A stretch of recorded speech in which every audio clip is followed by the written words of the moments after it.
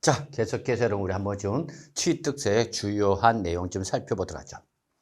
자, 우리 세법의 당사자인 여러분 과세권자와 납세의무자, 항상 여러분 다시 한번 강조할게요. 여러분 세법의 당사자, 세법의 당사자는 기본적으로 누구를 말한다 여러분? 바로 과세권자와 납세의무자를 말합니다 라고 말씀드렸죠. 자, 그러면 이때 취득세 과세권자는 누구냐 이렇게 보면 여러분 납세지를 관할하는, 그래서 여러분 납세지를 관할하는 도 또는 특강 또는 특별자치시, 특별자치도 다 이렇게 나왔어요. 이건 외우셔야 돼요, 여러분. 한마디로 말해서 취득세는 누가 부과하는 지방세다? 그렇죠. 도지사가 부과하는 지방세입니다. 그래서 여러분 지방세에서 가장 많이 거치는 세금이 바로 뭐냐면 바로 취득세입니다.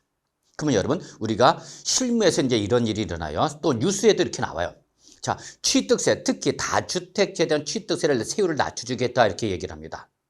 그러면 취득세를 낮추겠다라고 했을 때에 이 취득세를 낮추는 것에서 가장 반대하는 사람이 누굴까요? 바로 그 취득자는 납세 의무자는 물론이지만 반대하는 사람은 바로 이 누구냐? 도지사입니다. 도지사. 도지사는 싫어합니다. 왜? 취득세를 낮추는 거를. 왜? 그만큼 취득세가 적게 거치는 거죠. 적게 거치면 그만큼 돈이 덜 들어오는 거고, 돈이 덜 들어오니까 그만큼 이제 어려워지는 거죠. 그렇기 때문에 항상 취득세에 대한 세율을 낮출 때에 기본적으로 취득세는 누가 부과하는 지방세니까 도지사가 부과하는 지방세니까 도지사는 별로 좋아하지 않겠구나. 이런 것도 한번 유추해 볼 수 있는 거죠. 아시겠죠? 그러면 도지사니까 우리 서울은 누가 되는 거고 여러분? 특별시장의 광역지방자치단체장으로 나오는 거죠, 여러분. 또, 자, 인천, 대전, 대구, 울산, 부산, 광주. 제가 지금 어디 갔다 왔어요, 여러분? 그렇죠? 광역시 갔다 왔죠. 그때는 바로 광역시장의 과세권자가 되는 거다. 그 얘기죠, 여러분. 아시겠죠? 그래서 결론은 취득세는 누가 부과하는 지방세냐라고 한다면 납세지를 관할하는 도지사 또는 서울특별시장 또는 인천 등의 광역시장이 부과하는 거죠. 근데 이거 말고도 또는 특별자치시나 특별자치도가 바로 역시 취득세 과세권자로 나오는데 이때 여러분 요 특별자치시나 특별자치도는 여러분 모든 지방세의 과세권자가 되는 거다라는 걸 꼭 기억해 두셔야 합니다. 왜냐면 이 도지사 또는 특별시장, 광역시장은 바로 지방자치법상 지방자치단체인데 반해서 특별자치시나 특별자치도는 글자대로 지방자치법이 아니라 특별법에 의해서 설립된 지방자치단체인 광역지방자치단체거든요. 그렇기 때문에 이렇게 특별법에서 설립된 광역지방자치단체이다 보니까 이 특별자치시나 특별자치도는 모든 지방세의 과세권자가 되는 거다라는 걸 여러분이 지방세를 공부할 때는 꼭 좀 기억해 주시기 바랍니다. 물론 시험에 자주 나오는 부분은 아닙니다만 기본적으로 알고는 계셔야 된다 그 얘기가 되겠습니다. 여러분 아시겠죠? 그럼 예를 들어서 여러분 이렇게 볼까요? 자, 서울 특별시, 자, 강남구 대치동. 그죠, 여러분? 내 인생에서 언젠가는 일로 들어가야 될 텐데 언제 들어갈지는 모르죠. 자, 두 번째가 바로 우리 부산광역시 갑시다. 자, 부산광역시 해운대구. 좋죠, 여러분. 해운대구. 자, 반여동이라고 한번 해볼까요, 여러분? 반여동. 또는 여러분 우리 어디 갈까요? 네. 경기도. 네. 성남시. 자, 분당구죠? 분당구. 자, 그러면 이때에 여기 우리 대치동에 있는 부동산을 취득했습니다. 대치동에 있는 부동산을 취득했답니다. 그래서 바로 부동산 소재지가 어딘가 봤더니 여러분 서울특별시 강남구 대치동입니다. 그럼 이때에 대치동에 있는 부동산 취득했을 때 취득세 과세권자 누구라는 얘기라면 서울특별시장의 과세권자다라는 걸 여러분이 알아두시면 되는 거죠, 여러분. 아시겠죠? 그러면 부산광역시 해운대구 반여동에 있는, 진짜 반여동이 있나 없는지 모르겠는데 있을 겁니다 아마. 그러면 이때 부산광역시 해운대구 반여동에 있는 부동산을 취득했을 때 취득세 과세권자 누구라는 얘기라면 그렇죠. 부산광역시장이 바로 이 취득세 과세권자가 되는 거죠. 그러면 경기도 성남시 성남시 분당구랍니다. 여러분. 분당구의 소재는 아파트 취득했다. 그러면 이때 취득세 과세권자는 누구라는 얘기냐면 바로 경기도 도지사가 그 분당구 임해동에 있는 부동산 취득했다. 임해동인가요? 예, 뭐 좋습니다. 그러면 이때 취득세 과세권자 누구라는 얘기냐면 경기도 도지사다, 성남시장이다. 바로 경기도 도지사가 과세권자는 얘기죠. 그래서 여러분 이렇게 취득세는 납세제를 관할하는 도지사 또는 특별시장이나 또는 광역시장이 부과하는, 즉 광역지방자치단체장이 부과하는 지방세라는 얘기죠. 근데 예를 들어서 이게 세종자치시다. 세종자치시에 있는 거다. 세종자치시에 있는 거다는 얘기죠, 여러분. 세종자치시다는 얘기죠. 그럼 이때 이 세종자치시 소재지가 어디가 세종자치가 이때 세종자치시장은 모든 지방세 과세권자로 나오면 된다 그 얘기입니다. 여러분 아시겠죠, 여러분? 그래서 여러분이 어쨌거나 시험에 대비해서 알아두실 것은 취득세는 납세지를 관할하는 누가 부과하는 거다 그러면 바로 도지사 또는 특별시장, 광역시장입니다. 뭐 공법을 공부할 때는 뭐 특강도 이렇게 외우나 여러분 순서가 바뀐데 우리 기본적으로 지방자치법상 지방자치단체는 도를 기본으로 합니다 여러분 도를. 그래서 그냥 저는 지방자치법에서 도특강 이렇게 외우는데 여러분 뭐 공법을 공부하시기 때문에 특강도 이렇게 공부해도 뭐 상관은 없어요 여러분. 어쨌거나 광역지방자치단체장이 부과하는 지방세다 그 얘기입니다 여러분. 아시겠죠? 근데 여러분 이때 납세지라는 것이 나오죠 여러분. 납세지. 여기서 납세지자, 이 지자는 땅지자를 말하는 거죠. 그래서 여러분 요거는 항상 우리 세법을 공부할 때 납세지란 말이 나면 요거는 우리 과세 관청 또는 납세 의무 이행 장소, 납세 의무 이행 장소를 결정하는 장소적 기준을 말합니다. 그래서 납세지는 누가 과세를 하는 거냐 그 과세 관청을 결정하는 기준이 되는 거죠. 또는 어디서 내야 되나 납세 의무 이행 장소 어디서 내야 되는 거죠. 자 여러분 요 서울특별시 강남구에 있는 대치동을 취득한 사람 강남구 대치동에 있는 부동산을 취득한 사람이나 부산광역시 해운대구 반여동에 있는 부동산을 취득한 사람이나 경기도 성남시 분당구 임해동에 있는 부동산 취득한 사람의 주소지는 그 취득한 주소지는 어딘가 봤더니 여러분 강원도 평창군이다 여러분. 그래서 강원도 평창군에 계신 분이 이렇게 우리 강남구 대치동 해운대구 반여동 성남시 분당구 부동산 취득했을 때에 취득세는 어디서 내야 되냐 그 얘기죠 여러분. 그럼 이때는 주소지인 강원도 평창군에서 내는 거다. 서울특별시 또는 부산광역시 또는 경기도에서 내는 거다. 예, 각각 소재지인 특별시, 광역시, 경기도에서 내는 거다는 얘기죠, 여러분. 아시겠죠? 근데 취득세는 제가 올해 이렇게 2024년도에 3개의 부동산 취득한 거죠. 3개의 부동산 취득했다. 그러면 취득세는 우리 앞에서 무슨 세를 했냐면 대물세, 물세라고 했죠. 그러면 강원도 평창군에 계신 분의 명의로 A, B, C 3개 부동산 취득해서 취득세는 뭐다 여러분? 대물세이기 때문에 어떻게 한다? 따로 내는 거죠. 그래서 A 부동산에 대해서는 어디서 내라 여러분? 서울특별시 과세권자가 되는 거고 B 부동산은 누가? 부산광역시장이 과세권자가 되는 거고 C 부동산 누가? 경기도 도지사가 과세권자가 되는 거다 그 얘기입니다 여러분. 아시겠죠 여러분? 네, 그래서 바로 이렇게 취득세는 납세지를 관할하는데 이때에 여러분 항상 부동산에 대한 납세지는 여러분 항상 부동산의 납세는 어디로 간다 여러분? 소재지로 간다는 걸 꼭 기억해 두셔야 돼요. 별표 3개 시뻘게 치워야 돼요. 그래서 여기 부동산이 있네 여러분. 여기 부동산이 있는데 이 부동산에 대해서 지방세를 과세를 할 때와 국세를 과세할 때에 여러분 이때의 납세지는 여러분 각각 다릅니다. 납세지는 달라진다. 그래서 여러분 이 부동산에 대해서 취득세, 등록, 면허세, 재산세 등 지방세를 과세할 때는 여러분 항상 기본적으로 어디를 소재지를 납세지로 합니다. 근데 반해서 여러분 국세를 부과할 때는 기본적으로 여러분 주소지를 납세지로 한다는 이거 여러분 꼭 기억해 두셔야 합니다. 여러분 별표 3개 우리 공인중개사 시험 대비로는 이거는 반드시 기억해 두셔야 합니다. 다시 한번 말씀드리지만 부동산에 대해서 취득세, 등록, 면허세, 재산세 등 뭐를 과세할 때는 지방세를 과세할 때는 어디를 납세지로 한다 여러분? 소재지를 납세지로 한다. 그런데 반해서 이 부동산에 대해서 뭐를 과세했다면 국세를 과세할 때는 항상 어디를 납세를 한다면 주소지를 납세를 한다. 꼭 기억해야 됩니다. 어디 여러분? 주소지죠. 뭐일 때는 국세일 때는죠. 그러면 지방세는 어디다 그러면 소지지가 되겠죠. 이것도 시험에 잘 나와요, 여러분. 아시겠죠, 여러분? 그러면 자, 양도소득세 납세지는 어디냐라고 하는 거죠. 즉, 예를 들어서 양도 물권의 소재지와 양도 부동산의 소재지와 양도자의 주소지, 그 다음에 취득 부동산에 대한 소재지와 취득자의 주소지가 다르다라고 봅시다. 다르다. 그럼 이때 요 부동산에 대해 양도에서 뭐가 부는 거죠? 여러분? 양도소득세가 부과됐죠. 그럼 여러분 양도소득세는 국세예요, 지방세 여러분?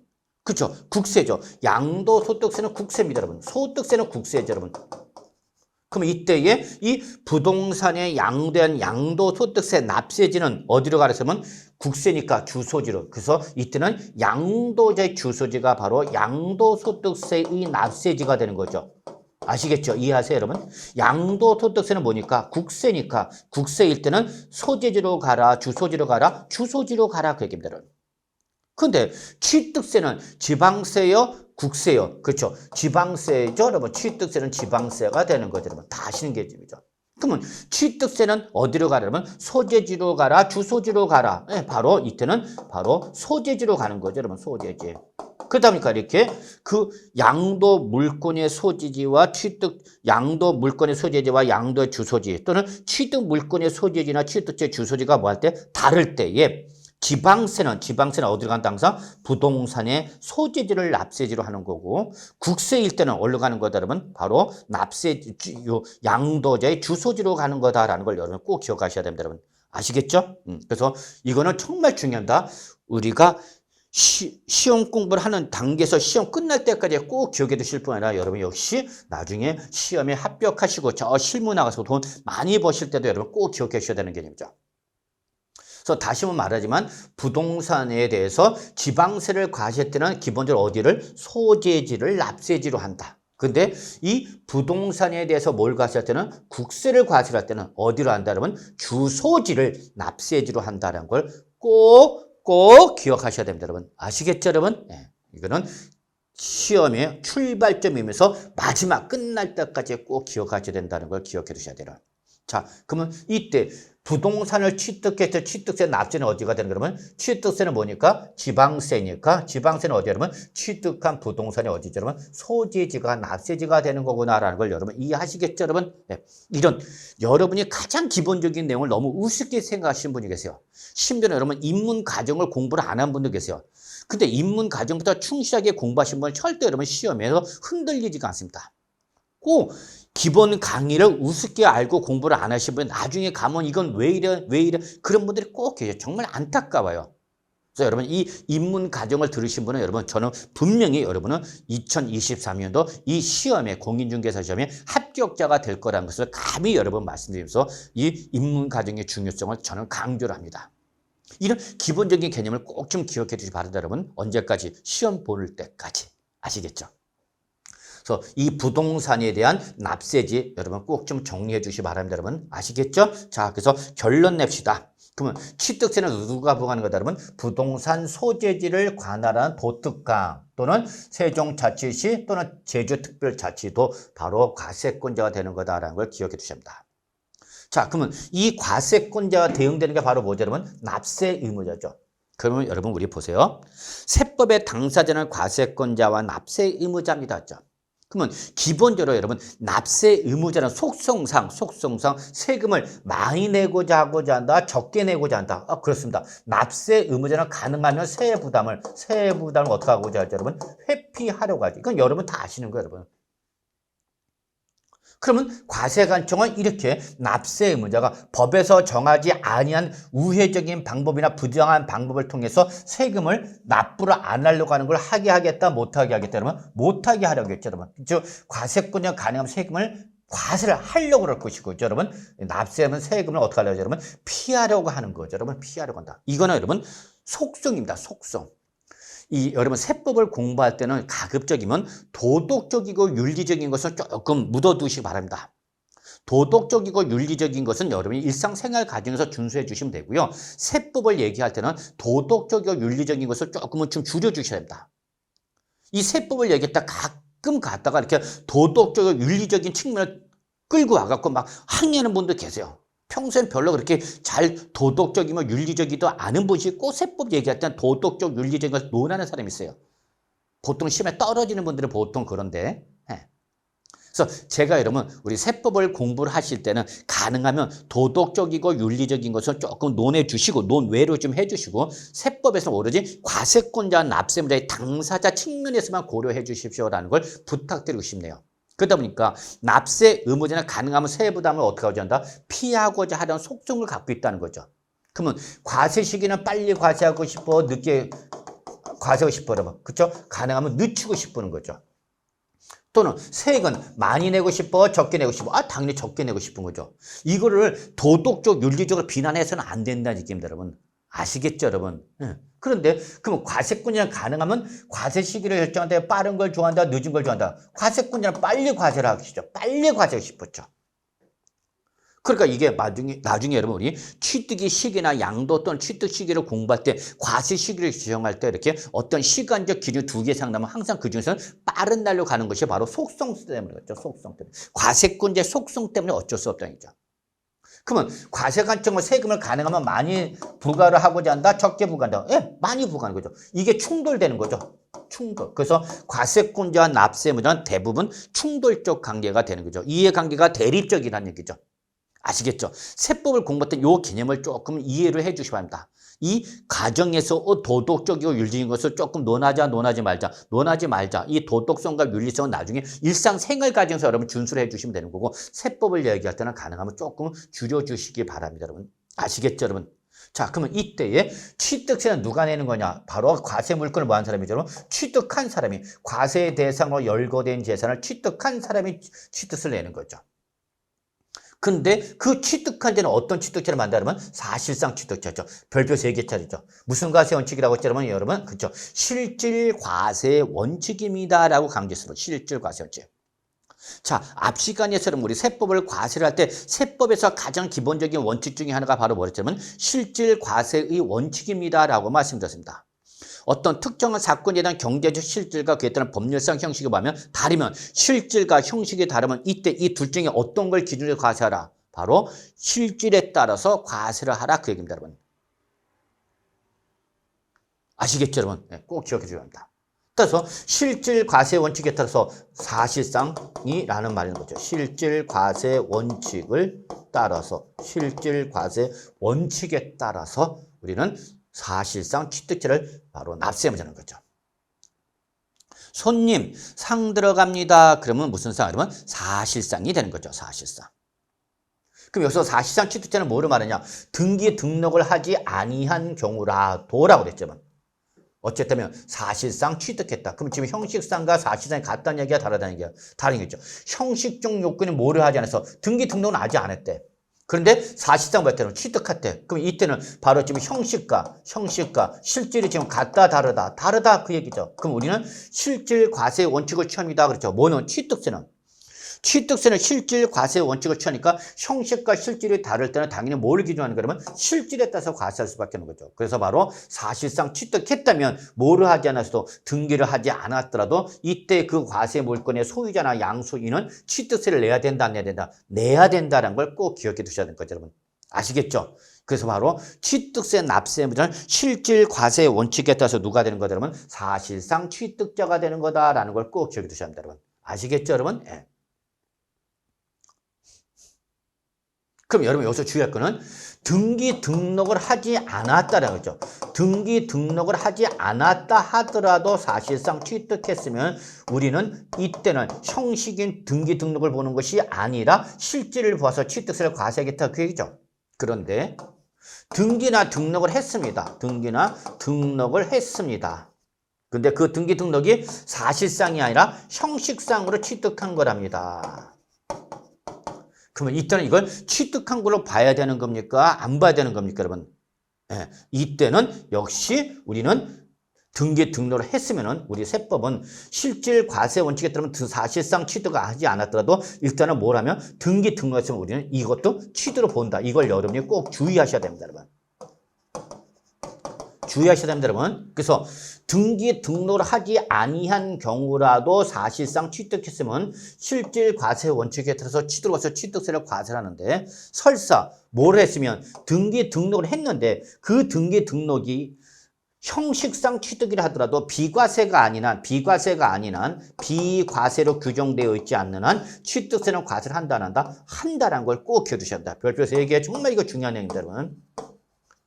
그래서 일단 뭘 하고 나면 등기 등록을 하면 일단 등기 등록을 하면 무조건 뭐로 볼 뿐만 아니라 취득으로 볼 뿐만 아니라 등기 등록을 하지 않았어도 사실상 취득했으면 취득하고 본다 안 본다? 본다라는 걸 여러분 정말 시험 보는 그날까지 꼭 좀 기억해 주시기 바랍니다, 여러분.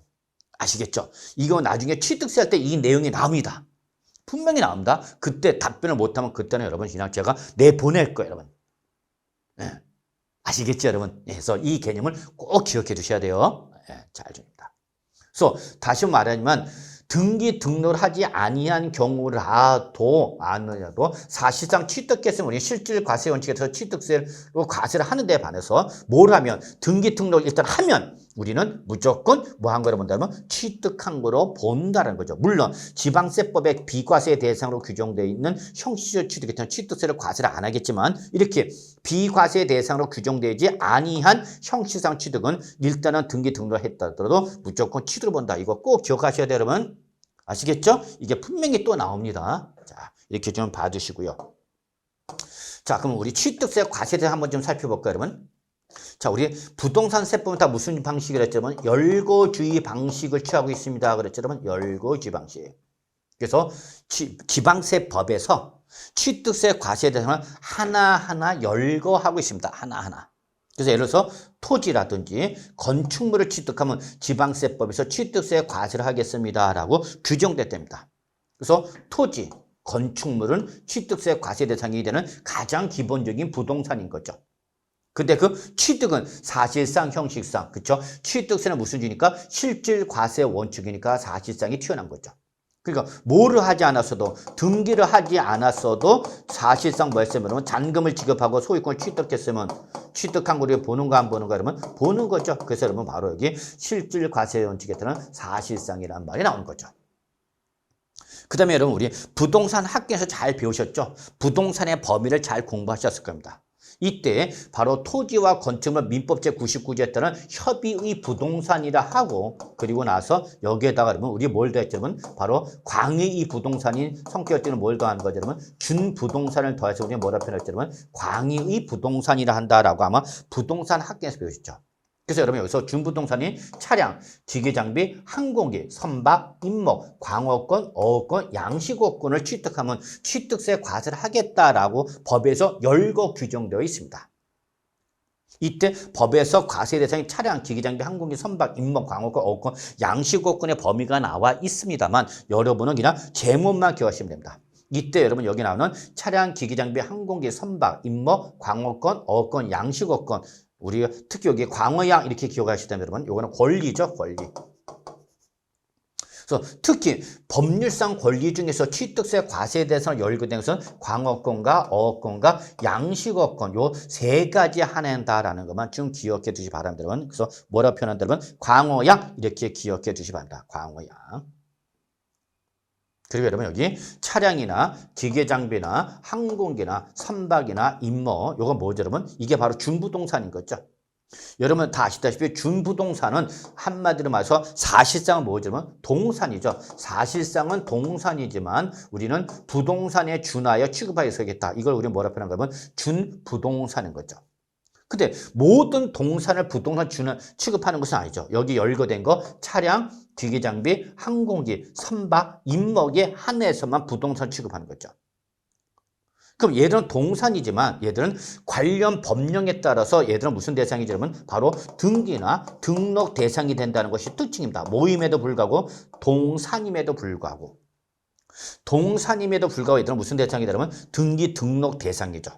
그러면서 그 물건 하나하나마다 이 등기부나 등록부를 통해서 소유권의 취득을 확인할 수 있어 없어? 있죠, 여러분. 취득이라는 행위를 확인할 수 있다는 얘기죠, 여러분.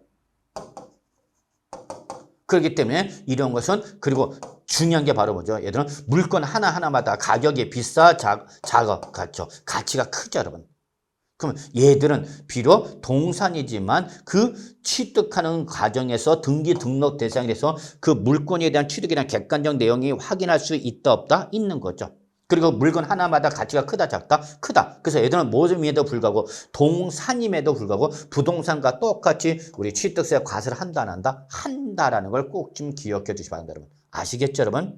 특히 여러분 여기서 광호권과 어권 양식 이게 시험에 잘 나오는 거예요 여러분. 만약에 시험에 취득세 과세 대상으로 물어보는 문제가 나오면 여기서 장난칠 건 뭐밖에 없다 그러면 광어양밖에 없습니다. 광어양. 이걸 잘 보셔야 됩니다. 광어권과 어권과 양식어권 요 세 가지를 잘 보셔야 돼요. 여러분. 그래서 법률상 권리 중에서 우리 취득세 과세 대상이 되는 건 뭐밖에 없다? 광어양밖에 없다. 광어양밖에 없다는 걸 꼭 기억해 두셔야 됩니다. 여러분. 아시겠죠? 그러면 예를 들어서 우리 무체재산권인 우리 특허권, 실용신안권, 뭐 저작권, 뭐 이런 어떤 법에서 인정되는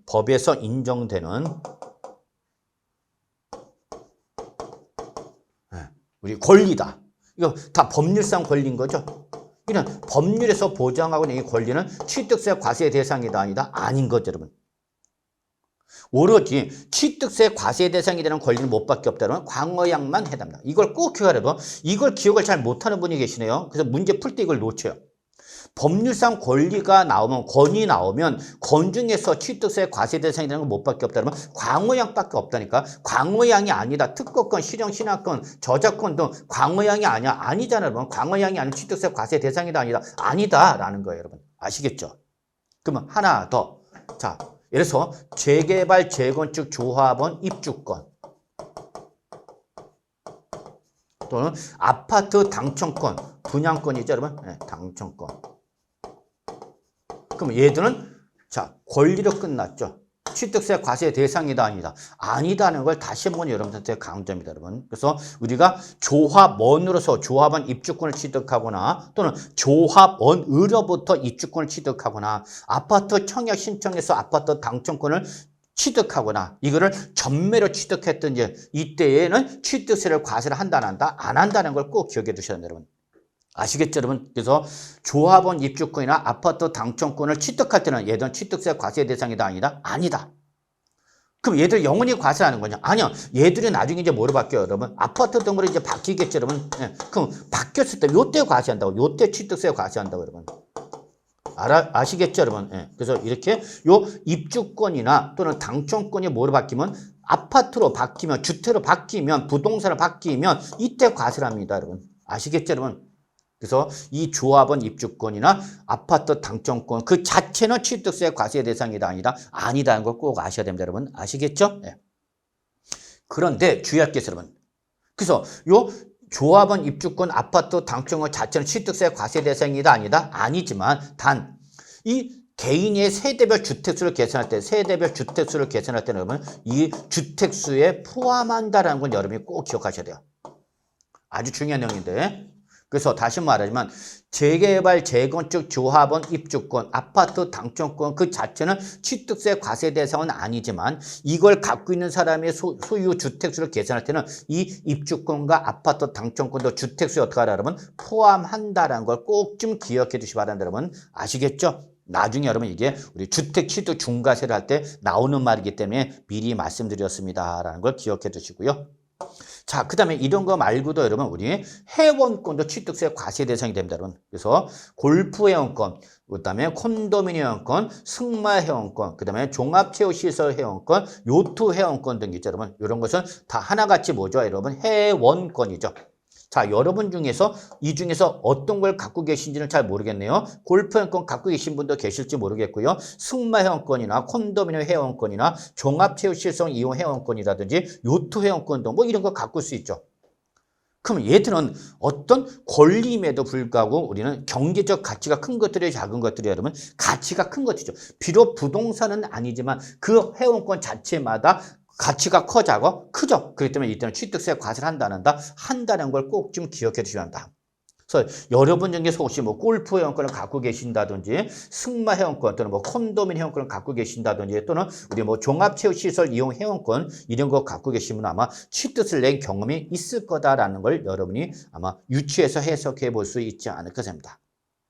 물론 저는 이 중에서 하나도 갖고 있지 않습니다. 혹시 여러분 중에서 갖고 계신 분 앞으로 저랑 좀 친하게 지내주실 것을 부탁드리고요. 자, 그래서 여러분 이렇게 부동산인 토지와 건축물이라든지 차량, 기계장비, 항공기, 선박, 임목 그리고 광어양이라든지 또는 골프 회원권도 각종 회원권이 바로 우리 취득세 과세 대상이 되는 거다라는 걸 좀 기억해 두시기 바랍니다. 여러분 아시겠죠? 네, 이렇게 좀 봐주시고요. 자, 그러면 이제 우리는 취득세에서 말하는 취득이 뭔지 한번 잠깐 설명드리도록 하겠습니다.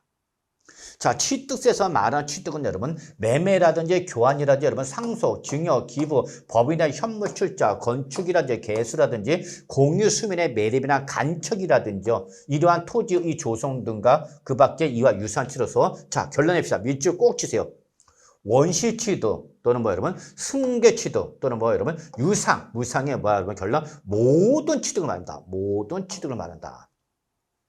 여기서 여러분 우리 원시 취득이냐 승계 취득이냐 또는 유상이냐 무상이냐서 취득의 형태를 말하는 거죠. 여러분 취득의 형태를 말하는 거고요. 여러분 자 이러한 취득의 형태와 관계 이시 없이 무조건 우리 이러한 앞에서 열거된 부동산이나 준부동산이나 회원권의 소유권을 취득하면 우리는 모든 취득의 형태에 관계시 없이 취득으로 본다 안 본다? 본다는 거죠. 여러분. 즉 부동산을 건축물을 신축했다, 원시 취득했다, 또는 매매로 건물과 토지를 취득했다, 또는 이렇게 매매 뭐 교환, 현물 출자 라든지 또는 상속이나 증여나 기부 등을 받았다. 그래도 우리는 무조건 취득한 걸 본다 안 본다? 보는 거죠. 그래서 여러분 취득세에서 말하는 취득은 원시 취득이냐 승계 취득이냐 유상이냐 무상이냐 따지지 않고 모든 취득을 말한다는 걸 꼭 좀 기억해 두시기 바랍니다. 여러분 아시겠죠? 근데 가끔가다 이제 여러분 여기 이런 말 합니다. 여러분 원시 취득인데 수용 재개로 취득했다든지 또는 도시개발법에 따른 채비를 취득한 경우 등 자, 여기 밑줄 치세요. 과세 대상이 이미 존재하는 상태에서 취득한 경우는 제외한다. 어디서 제외하겠다니 여러분? 과세 대상이 취득에서 제외하겠다. 원시 취득에서. 얘는 원시 취득에서 제외하겠다는 얘기입니다. 여러분 원시 취득. 그럼 원시 취득으로 뭐 제외한 데서 취득세 과세를 안 하겠냐? 아니, 이때는 뭐로 보겠다 그러면 승계 취득으로 보겠다는 얘기입니다. 여러분 승계 취득으로 본다. 그 얘기입니다. 여러분. 그러면 이렇게 아니 취득이면 취득이지 무슨 원시 취득이냐 승계 취득이냐 또는 유상이냐 무상이냐 왜 따지냐? 왜 그러냐면 여러분 취득세 세율이 달라져요. 나중에 여러분 세율을 우리가 공부할 때 이 취득세 세율은 여러분 우리가 비례세를 적용하고 있는데 이때에 그 비례세는 하나의 세율만 규정되는 것이 아니라 취득의 유형에 따라서 원시 취득이냐 승계 취득이냐 유상이냐 무상이냐 이렇게 종류에 따라서 취득의 유형에 따라서 세율이 달라져요. 그래서 원시 취득을 볼 때 이 세율과 그다음에 승계 취득을 볼 때 세율이 같다 그러면 다르다는 얘기입니다. 그래서 여러분 결론 원시 취득이라는 것은 소유권의 최초로 발생하는 것을 말하는 거죠. 다 알고 계실 거예요, 여러분. 이때에 우리의 법률에 따르면 수용 재개로 취득했다든지 이때 수용 재개는 여러분이 또는 도시개발법이라든지 이런 것은 부동산 공법 시간에 배운 겁니다. 부동산 공법 시간에 배우니까 지금 무슨 소리인지 몰라도 괜찮아요. 공법 시간에 다 배우신 거예요, 여러분. 자, 그래서 이렇게 결론 취득세에서 말하는 취득은 소유권을 최초로 발생한 원시 취득만을 말하는 거고 과세 대상이 이미 존재하는 상태에서 취득하는 것은 얘는 원시 취득이 아니라 뭐를 본다면 승계 취득으로 보는 거다라고 여러분이 해석해 주실 수 있어야 됩니다. 여러분 아시겠죠? 이때 여러분 여기서 취득은 뭘 취득하는 거예요, 여러분? 그렇죠? 꼭 적어놓으세요. 우리는 앞에서 배웠던 과세 대상의 소유권을 취득하는 겁니다. 소유권. 여러분 민법 배우셨죠? 그럼 민법에서 우리 권리를 배웁니다. 여러분. 맨 앞에 권리. 그럼 권리는 여러 가지란 수많은 종류의 권리가 있죠. 그 수많은 권리 중에서도 취득세 과세 대상이 되는 권리는 딱 하나예요. 뭐예요, 여러분? 소유권만이다. 소유권. 이걸 절대 놓치면 안 됩니다. 취득세에서 말하는 권리는 어떤 걸 말한다? 소유권만을 말하는 거고 소유권 이외의 어떤 뭐 물건이라든지 채권은 바로 우리 취득세 과세 대상이다 아니다는 거죠. 여러분 아시겠죠? 여러분 취득세에서 말하는 취득은 오로지 뭐를 말한다? 소유권만을 말한다는 걸 꼭 기억하셔야 됩니다. 여러분. 그런데 여러분 취득세는 여러분 우리 간주취득이라는 개념이 나옵니다. 간주취득 별표 3개 여러분 아주 중요합니다. 이 간주취득은 오로지 취득세에서만 나오는 개념입니다. 여러분 취득세에서만 나오는 개념 꼭 적어놓으세요. 간주취득이라는 것은 취득세에서만 나오는 말이고 등록면허세나 재산세 등 이런 경우는 원칙적으로 나온다 안 나온다? 안 나옵니다. 여러분. 간주취득이라는 것은 우리가 취득세에서만 나오는 규정이기 때문에 꼭 지금 기억해 두셔야 됩니다. 그러면 간주취득은 글자대로 취득한 거로 간주하겠다고 합니다. 여러분. 여러분 우리 민법 등 법을 배울 때 간주한다, 뭐뭐한 거를 본다, 뭐뭐한 거를 의지한다 다 같은 말이란 다 같은 의미라는 거 알고 계시죠, 여러분? 그러면 이때 간주 취득은 뭐냐면 형식상으로는 취득이라는 행위가 일어나지 않았습니다. 체크해 주세요. 형식상으로는 취득이라는 행위는 일어나지 않았어. 그런데 일정한 행위로 해서 그 가액이 어떻게 하면 여기 동그라미 반드시 증가를 했다. 일정한 행위로 가액이 어떻게 하면 증가하면 그 뭐한 가액을 그러면 반드시 기억합니다. 그 뭐한 가액을 그러면 증가한 가액을 취득한 거로 봐서 취득세 과세를 하겠습니다. 라는 개념을 우리가 뭐라 하면 간주 취득세입니다. 별표 3개 아주 중요합니다. 자, 다시 말합니다. 간주 취득이라는 것은 형식상으로는 취득이라는 행위가 일어나지는 않았으나 어떤 특정한 행위로 해서 재산의 가치가 어떻게 하면 증가를 하면 그 증가한 가액을 취득한 걸로 봐서 취득세 과세를 하겠다는 것이 무슨 취득이다 그러면 간주 취득입니다. 그래서 간주 취득일 때는 반드시 뭐 했을 때만 여러분 증가했습니다. 감소하면 안 됩니다. 감소하면 안 됩니다. 오로지 그 행위로 해서 가액이 어떻게 됐을 때만 증가됐을 때 그 증가한 가액만을 취득한 거로서 취득세를 과세하는 걸 우리가 뭐라 하면 간주취득인데 이 간주취득의 가장 대표적인 것이 바로 뭐냐? 토지의 지목 변경이죠. 토지의 지목 변경입니다. 이때 여러분 이 지목이 뭐냐? 이거는 여러분이 공시법에서 배우게 됩니다. 여러분. 그러니까 사실상 우리 부동산세법은 여러분이 민법, 학개론, 부동산 공법, 부동산 중개법, 부동산 공시법을 다 공부를 하시고 난 다음에 세법을 공부하시는 것이 좀 더 효과적이다라는 걸 말씀드렸습니다. 근데 문제는 다 끝나지는 못하죠, 여러분. 어차피 우리는 시험 끝날 때까지 이 민법, 학개론, 공법, 중개법, 공시법을 다 끝내 못 끝내? 못 끝내, 여러분. 그렇기 때문에 못 끝내서도 그 세법을 공부를 해야 되는데 해야 되는 거죠, 여러분. 그러면 예를 들어서 여러분 극단적인 예를 이렇게 들어보죠. 자, 토지를 취득할 때 여러분 바로 지목이 뭐였냐? 지목은 토지의 이용 현황을 나타내는 것을 말합니다. 여러분 지목. 땅지째 눈목자 쓴 거죠. 그래서 바로 우리 공시법에서 잘 배우실 겁니다. 여러분. 자, 이때 취득할 때 이 토지는 뭐였냐? 잡종지였습니다. 여러분 잡종지. 그러면 여러분 우리가 공시법을 공부를 하지 않아서 우리 바로 지적법 옛날에 지적법이라 했었는데 여러분 바로 그래서 이 잡종지 이 토지를 취득해야 된다. 그럼 여러분 딱 보는 순간 아 잡종지라는 것은 잡종이란 말이 들어가서 좋은 게 있어 없어? 없겠죠 여러분? 그렇기 때문에 아 바로 토지 가치가 높지는 않겠구나. 그래서 예를 들어서 내가 1억 원이 취득을 했어요 여러분. 얼마 주고? 잡종지다 보니까. 근데 이걸 취득한 이후 보유하는 과정에서 얘가 도시개발법상 도시개발사업이라든지 또는 농어촌 정비법상 농어촌 정비사업 등으로 인해서 얘가 토지의 형질이 변경됩니다. 토지의 형질이 변경이 돼갖고 그러한 우리 도시개발법상 도시개발사업이라든지 또는 뭐 농어촌 정비법상 농어촌 정비사업이 끝난 다음에 얘가 뭐로 바뀌었냐? 대로 바뀝니다. 여러분 대로 바뀌었다. 이때 여러분 대라는 것은 공시법에서 잘 배웠지만 한마디로 해서 건축물을 건축하시는 부지를 말합니다. 토지를 말합니다. 여러분. 그러면 종류는 잡종지였는데 이것저것도 아니었던 이 토지가 건축물을 건축하시는 대로 바뀌었다는 것은 그만큼 토지의 이용 가치가 어떻게 돼요, 여러분? 높아진 거죠. 그러면 토지의 이용 가치가 높아지는 것은 당연히 그게 어디에 반영이 돼요, 여러분? 시세에 반영이 되겠죠. 그래서 토지 가격이 올라가는 거죠. 그래서 내가 취득할 때 얼마였는데 1억 원이었는데 1억 원 주고 취득했는데 이게 대로 바뀌다 보니까 여러분 얼마 바뀌는 거예요, 여러분? 3억 원이 바뀌는 거죠, 여러분. 그래서 당초 취득할 때 1억 원이었던 토지가 보유하는 가에서 뭐로 바뀐 거냐면 3억 원의 가치가 뛰는 거죠, 여러분. 그럼 이때에 이 대로 변경됐으니까 이때는 우리가 지적 공부에 무슨 등기 들어가죠, 여러분? 변경 등기 들어가겠죠, 여러분? 변경 등기. 잡종지였던 바로 잡종의 지목이 이제 뭐로 바뀌어? 대로 바뀌는 거죠. 그럼 이때는 변경 등기가 이런 거죠. 그러면 이때는 원래는 뭘로 가셔야 하는 거면 등록면허세죠. 변경 등기가 들어가는 거니까 여러분 등록면허세죠.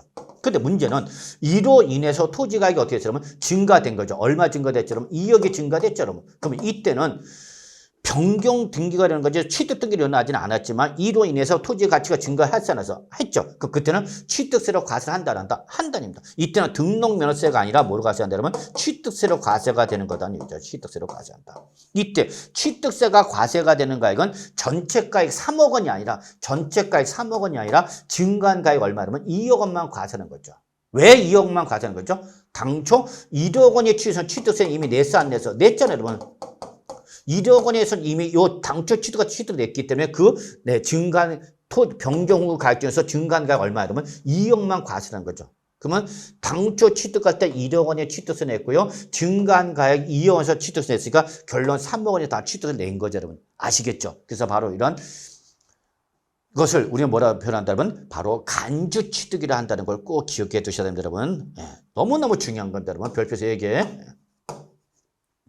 이런 것 중에서 여러분 아셔야 될 것이 바로 건축물의 건축입니다. 이때 우리 취득세에서 말하는 건축은 건축법상의 건축을 말하는데 여러분 이때 건축법상 건축은 신축, 증축, 재축, 개축, 이전 이렇게 5가지를 말합니다. 이거는 공법 시간에 다 배우실 거예요, 여러분. 이때에 우리 취득세에서 말하는 건축 중에서 신축과 재축을 제외한 건축, 즉 뭐를 말한다 여러분? 증축과 개축을 말한다 보시면 됩니다, 여러분. 증축과 개축. 왜 이전 없냐? 이전은 따로 계산합니다. 그래서 여러분 신축과 재축을 제외한 건축인 증축과 개축과 개수가 나오면 우리는 무슨 취득으로 본다 여러분? 간주 취득으로 본다는 걸 꼭 기억하셔야 합니다. 너무너무 중요합니다, 여러분. 별표 3개. 그 다음에 여러분 뭐 선박, 차량, 기계장비의 종류 변경이죠. 그러면서 가치가 어떻게 보면 증가해야 되는 거죠. 항상 여기는 가액이 어떻게 되냐면 증가했을 때만 과세를 하는 겁니다. 그때는 그 증가한 가액을 취득세 과세한다. 그리고 여러분 여기서 개수라는 말이 나오죠. 여러분 일단은 여러분 여기서 우리 지방세법에서 말하는 개수가 뭔지는 여러분 한번 좀 읽어는 봐주시면 됩니다. 나중에 본 강의에서 설명을 드리겠지만 일단은 개수란 말이 우리 지방세법의 용어로 나온다는 걸 꼭 좀 기억해 두시기 바라겠습니다. 여러분 아시겠죠, 여러분? 자, 그 다음에 이제 여러분, 우리 비과세 갑시다. 자, 비과세는 여러분 글자 그대로 우리 위에서 배웠던 지방세법에 따라서 과세 대상을 열거된 재산에 여러분 비과세죠, 여러분. 비과세는 과세를 하는 걸 말한다, 안 하는 걸 말한다, 안 하는 걸 말합니다, 여러분. 그래서 얘는 비과세는 과세 대상으로 열거되었더라도 조세정책, 기타 경제정책 목적상 과세권자가 과세를 하겠다, 안 하겠다, 안 하겠다고 법률에서 규정합니다. 개별세법에서 규정하고 있습니다, 여러분. 개별세법에서 규정하고 있는 것들을 말합니다. 그럼 결론은 비과세에 해당이 되면 과세 대상에서 어떻게 한다 그러면 제외되는 걸 말합니다, 여러분. 그래서 얘는 아예 비록 취득세 과세 대상이 부동산이라 하더라도 지방세법에서 규정하고 있는 비과세 대상이면 아예 과세 대상에서 어떻게 하는 거야, 여러분? 제외하는 걸 우리 뭐라 하냐면 이거를 비과세랍니다, 여러분. 그래서 비과세는 여러분 아예 과세 대상에서 제외된 거기 때문에 과세 대상에서 제외를 해버린 거기 때문에 얘는 납세 의무, 취득세라는 납세 의무가 발생한다, 발생하지 않는다? 예, 발생하지 않습니다. 발생하지 않는다는 걸 꼭 기억해 두셔야 돼요. 납세 의무 자체가 발생하지 않기 때문에 얘는 세액을 계산한다, 안 한다? 안 합니다. 세액 계산 자체, 과표에다 세를 곱해서 산출세액 자체를 계산한다, 안 한다? 안 합니다, 여러분. 그리고 얘는 비과세에 대해서는 개별세법에서 별도로 규정하고 있기 때문에 그 법에서 정하고 있는 비과세 요건을 충족하면 아예 과세에 대해서 제외한 거기 때문에 얘는 비과세해 주세요라고 별도의 신고나 신청 등을 요구하지 않습니다. 신고 신청 안 합니다. 기본적으로. 그냥 과세 대상 자체에서 제외되는 것이 뭐다 그러면 비과세다라는 걸 꼭 기억해 두셔야 돼요. 그래서 세금을 가장 합법적으로 안 내는 가장 기본적인 방법이 비과세를 받는 것이 가장 세법에서 세금을 줄일 수 있는 아주 좋은 방법이죠. 가장 유용한 절세의 방법이 바로 비과세입니다. 그래서 어떻게 하든지 나는 어디로 가야 되냐면 납세는 비과세 쪽으로 몰고 가야 되는 거죠. 근데 이때 취득세 비과세는 여러분 이렇게 과세권자에 대한 비과세와 형식적 취득에 대한 비과세죠, 여러분. 자, 취득세는 실질 과세 원칙에 따라서 취득세 과세를 하는 실질 과세 원칙을 취합니다. 그랬죠. 그래서 등기를 하지 않았다더라도 형식적 취득이라면도 우리 취득세 일단 과세를 하는데 이때 그 취득이 형식적 취득에서 취득세 비과세 대상이 해당하면 과세 대상에서 어떻게 했다면 제외하겠다는 걸 여러분이 기억해 주셔야 됩니다. 그래서 취득세 비과세는 크게 과세권자, 자기가 자기한테 과세를 하지 않는 과세권자에 대한 비과세와 형식적 취득에 대한 비과세 이렇게 크게 두 가지로 구분할 수 있다는 걸 좀 기억해 두시고요. 여러분이 이거 내용은 조금 더 다른 과목도 같이 좀 공부를 하신 다음에 보는 것이 좀 더 효과적이기 때문에 일단 크게 비과세가 뭐다라는 개념만 좀 정리해 두시기 바라겠습니다. 여러분 아시겠죠? 자, 그 다음에 이제 우리 취득 시기 갑니다. 여러분 취득 시기. 이때 이 취득 시기는 바로 여러분 우리 시험에도 여러분 중요한 부분입니다, 여러분. 예. 그래서 취득세는 여러분 언제 취득한 걸 볼 거냐 이게 여러분. 자, 이거죠, 여러분. 우리가 부동산을 뭐 하면 여러분 취득을 하면 이 취득을 언제 취득한 거를 볼 거냐 그럽니다, 여러분. 언제 취득한 걸 볼 거냐. 그러면 요때 요 취득 시기를 결정하면 요 취득 시기 결정하면 요때의 가액이 바로 요때 그 취득한 물건의 가액이 바로 뭐가 되는 거예요, 여러분? 과세 표준이 되는 거고 과세 표준이 되는 거고 그 이 취득한 날부터 이제 언제까지 취득세를 뭐 하냐, 여러분? 신고로 하고 납부를 할 거냐는 신고 납부 기한이 결정이 되는 겁니다, 여러분. 그래서 바로 요 시간적 기준이 바로 뭐다, 여러분? 바로 취득 시기다라는 걸 여러분 좀 봐주셔야 되고요. 역시 시험에서는 여러분 매년 계속해서 출제되는 부분은 아니에요. 그렇지만 그래도 여러분이 기본적인 내용을 좀 꼭 좀 기억해 두셨는데 예를 들어서 우리가 매매 등으로 인한 유상 취득이다. 매매 등으로 인한 유상 취득이다. 그러면 우리는 언제 취득한 걸 볼 거냐 그럽니다. 근데 이때 여러분 아시다시피 부동산의 매매는 뭐가 있고 여러분? 계약일 있고, 그죠 여러분? 계약일 있을 수가 있고요. 뭐가 있죠 여러분? 중도금 지급일이 있을 수 있죠 여러분? 중도금 지급일 있죠. 근데 뭐가 있죠 여러분? 바로 잔금 지급일이 있죠. 그리고 바로 뭐를 하죠 여러분? 바로 등기를 하겠죠. 등기. 그럼 이렇게 부동산의 매매는 특성상 이게 1랩을 20으로 그냥 거래가 이루어지는 것이 아니라 우리가 편의점 가서 그냥 물건 하나 골라서 다 결제하고 물건을 사는 것이 아니죠. 이렇게 부동산의 탐색 과정을 거쳐서 거래의 계약이 완료가 될 때 그 계약일, 중도금 지급일, 잔금 지급일, 등기일 중 이러한 시간적 갭이 발생하는 거죠. 그러면 이러한 부동산 매매일 때는 언제 취득한 거를 볼 거냐 그 얘기입니다, 여러분. 바로 이때의 원칙은 어디로 가려면 잔금 지급이랍니다. 잔금 지급이에요. 바로 이날에 취득한 걸 보겠다 그 얘기입니다. 근데 우리가 부동산에 매매할 때 잔금 지급에 취득한 걸 본다 해서 이건 여러분 이해하는데 전혀 어려움이 없죠. 잔금을 지급해야 되죠. 부동산에 여러분 매매에 대한 우리 민법 등을 배우셨잖아요, 여러분. 그래서 매도자는 바로 매수자부터 돈을 다 받고 나서 동시에 소유권을 이전해주는 쌍방 의무가 있는 거죠. 그러면 바로 취득자는 잔금을 지급함으로써 매도자로서 뭘 받냐면 소유권을 넘겨받는 거죠. 그래서 바로 잔금 지급인 거죠. 잔금 지급이에요. 그런데 이때에 앞에 뭐가 붙으면 상이 붙으면 무슨 상이 되면 사실상이 붙는다는 걸 절대 놓치면 안 됩니다, 여러분. 사실상 잔금 지급이 되죠. 즉 뭐가 아니죠, 여러분? 계약상이 아니죠. 계약상 잔금 지급일이 아니라 사실상 잔금이다. 그러면 가끔가다 이걸 물어보는 게 있어요. 아니 교수님 사실상 잔금 지급일과 계약상 잔금 지급은 뭡니까? 왜 다릅니까? 꼭 그런 분이 있어요. 그러면 사실상 잔금 지급은 계약서에 적힌 날짜와 없이 실제 돈 준 날을 말하는 거예요. 여러분. 뭐가 그렇게 어려워? 실제 돈 준 날.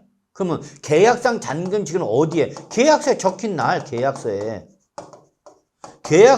계약일, 중도금 지급일, 잔금 지급일 적혀 있을 거 아니야. 그 적혀 있는 날, 그걸 계약상 잔금 지급이라는 거죠. 뭐 사실상 잔금 지급과 계약상 잔금 지급이 뭔지 모르겠다. 정말 그런 분들 계셔요, 여러분. 여러분 안 그렇죠? 그래서 어렵게 생각하지 마세요, 여러분. 사실상 잔금 지급은 실제 계약서에 적힌 날짜와 관계없이 계약서에 적힌 날짜와 관계없이 실제 돈 준 날을 말한다 보시면 되겠고 계약상 잔금은 계약서에 적힌 날에 딱 무조건 그날에 취득한 걸로 보겠다는 것이 계약상 잔금 지급의 개념으로 정리해 주시기 바랍니다. 그러면 사실상과 계약상 대부분 일치가 되는데 일치가 되지 않을 수도 있잖아요, 여러분. 그럼 사실상 잔금지급과 계약상 잔금지급이 일치가 되지 않을 때 우리 둘 중에 하나를 골라야 되잖아요, 여러분. 그럼 우리는 실질 과세 원칙에 따라서 어디로 가겠다 그러면 바로 사실상 가겠다 그러면 사실상. 아시겠죠, 여러분? 그런데 그 사실상 잔금질이 확인이 안 되면 어떻게 할 거냐? 그때는 어쩔 수 없죠. 어디로 가는 거야, 여러분? 계약세로 가는 개념을 봐두시기 바랍니다, 여러분. 아시겠죠? 그래서 일단 제일 먼저 뭐가 나오고? 사실상. 근데 사실상 확인이 안 돼요라는 예외적 조건이 제시가 되면 그때는 어쩔 수 없죠. 어디로 가자 그러면 계약세로 가는 거다는 거죠. 그래서 사실상 먼저 잡아놓고 사실상이 확인이 안 돼요. 그럼 어디로 간다? 계약상 잔금지급일에 취득한 걸 보는 거다라는 걸 꼭 좀 기억해 두시기 바랍니다. 여러분. 아시겠죠, 여러분? 네, 이번 시간은 여기까지 하도록 하겠습니다.